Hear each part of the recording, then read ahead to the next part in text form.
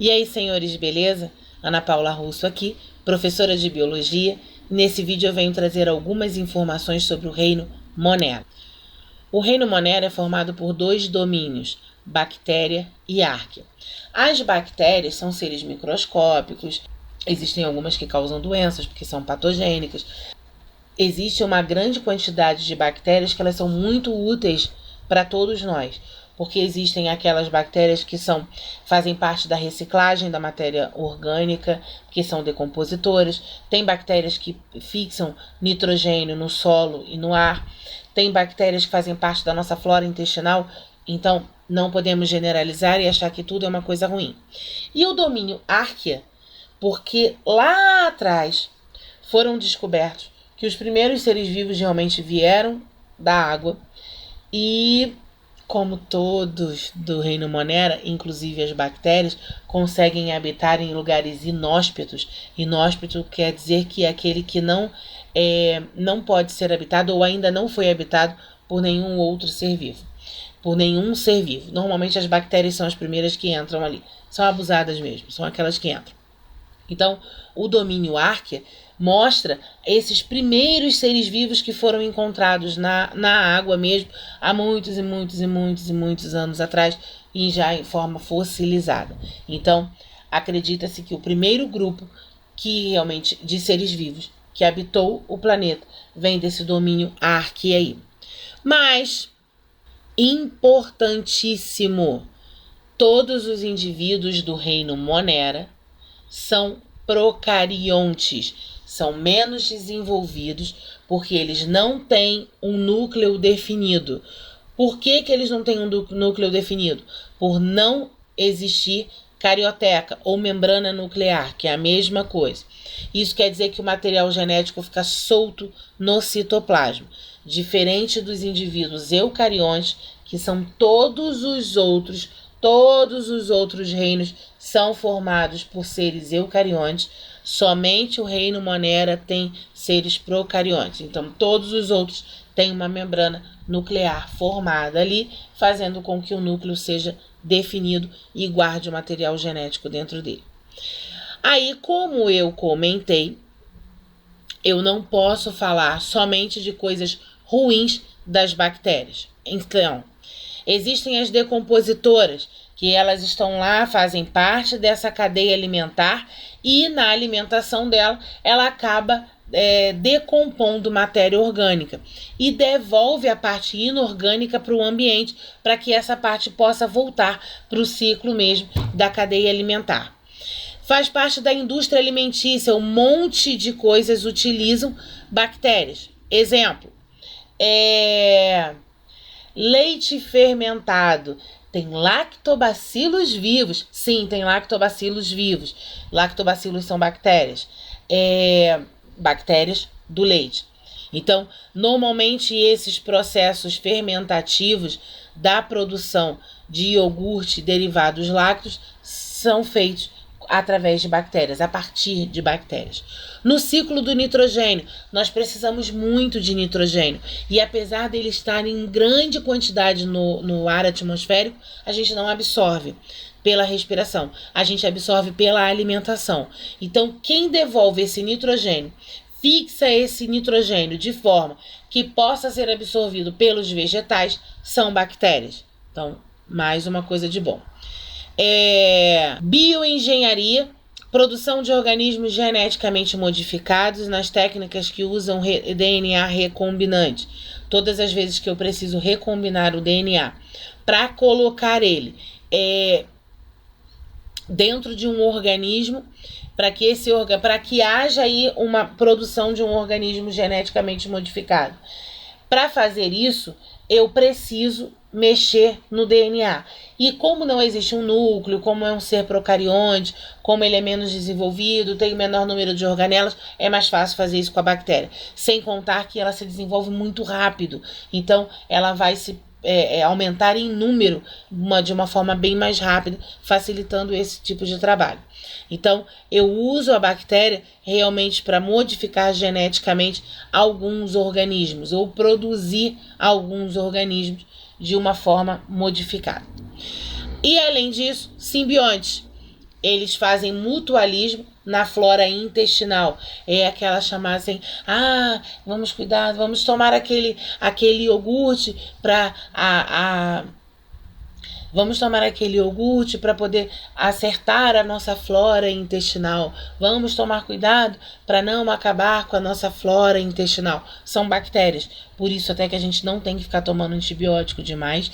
Não pode fazer disso um uso constante, porque a nossa flora intestinal ela é formada por bactérias. Então, se eu tomo antibiótico, eu posso atingi-la também. E ela é necessária para mim. É uma ação mutualística. Quando a gente fala de mutualismo, a gente entende que ambos precisam um do outro, são seres de espécies diferentes, mas que têm a necessidade de viverem juntos. Então, nós precisamos dessas bactérias e essas bactérias precisam da gente. Quanto à estrutura, olha só, eu até comentei já que ela é um ser procarionte, então você pode perceber ali que não existe uma membrana nuclear. Olha ali, o DNA está solto no citoplasma. É claro que ele pode se acumular mais num ponto, mas ele vai ficar solto nesse citoplasma. Mas tem ali a membrana plasmática normal, existe a parede celular. Essa parede celular é para poder proteger esse DNA, afinal não tem um núcleo, então eu tenho uma parede celular. E esse indivíduo é um ser unicelular. Se essa célula morre, ele morre. Então, essa proteção, essa parede celular vai ajudar nessa proteção da manutenção desse ser vivo. Então, tem uma camada externa, tem uma camada de peptidoglucano. Essa camada aí é composta por aminoácidos e açúcares e esses são responsáveis pela conformação da célula e também para a sua proteção. Existe ainda uma cápsula por fora. Essa cápsula serve para reconhecimento. Alguns possuem fímbrias ou cílios para locomoção e outros também possuem flagelos também para locomoção. Porém, essas estruturas locomotivas elas não são existentes em todos os tipos de bactérias. Existe ainda o mesossomo, que é uma ondulação na membrana. Está relacionado ao processo reprodutivo e à respiração aeróbia. Quando, em algumas situações, algumas bactérias elas possuem respiração aeróbia, precisam do oxigênio. Então, aí o mesossomo também vai trabalhar. Em outras, o mesossomo só vai funcionar realmente como processo reprodutivo. As formas aí dessas bactérias. Bonitinho, né?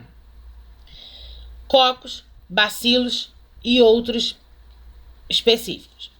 Cocos, coco, circular, é uma esfera.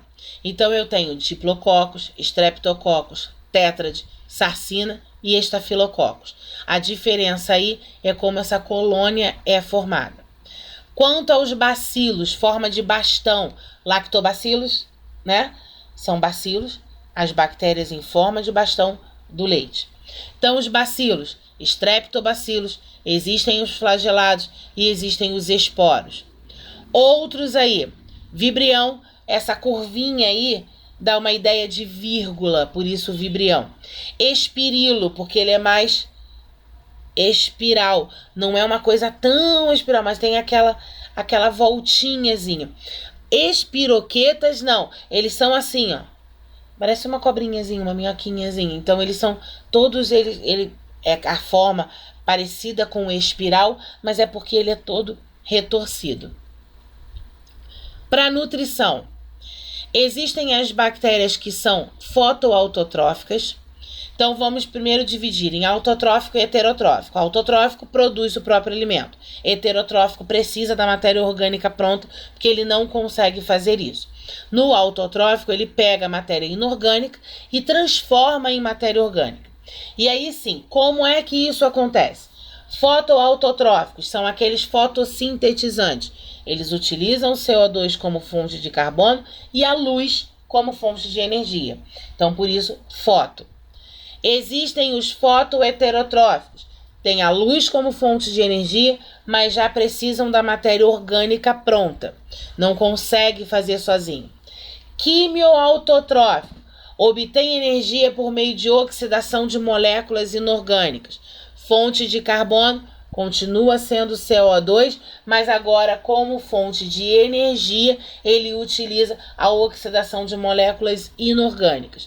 E os quimioheterotróficos são aqueles que obtêm tanto a energia quanto os átomos de carbono a partir de moléculas orgânicas provenientes de outros indivíduos. São as decompositoras em si, saprofágicas, se alimentam de matéria orgânica morta. O metabolismo.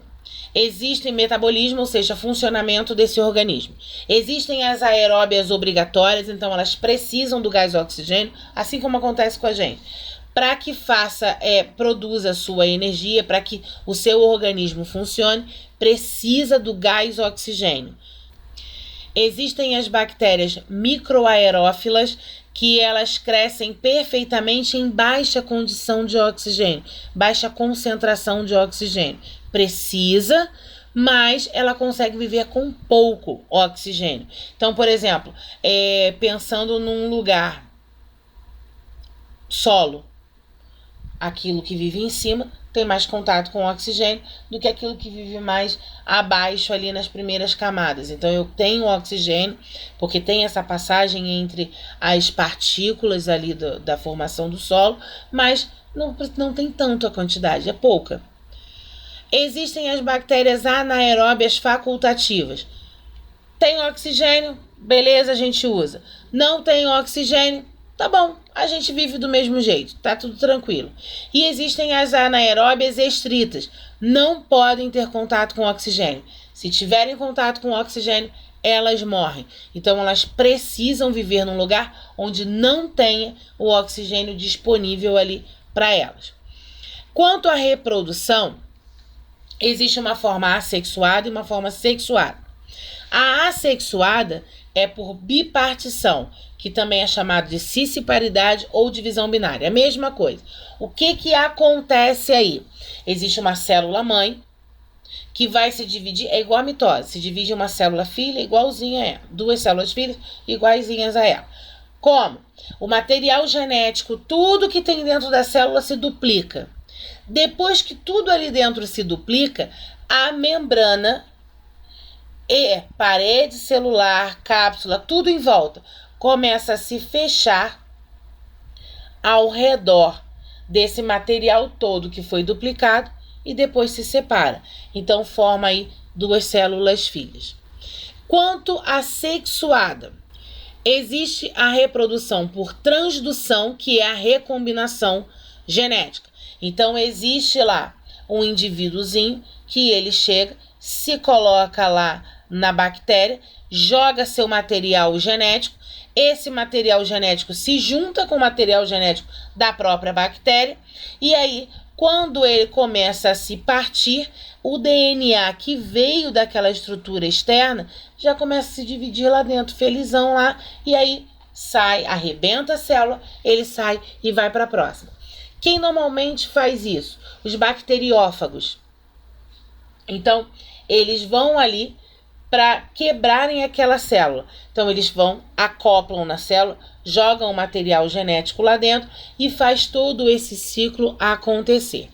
Existe a forma de conjugação. A forma de conjugação tem uma célula que é doadora e uma célula que é receptora. A célula que é doadora e a célula receptora, elas se unem, lembra da história lá do mesossomo? É ali naquele pedacinho.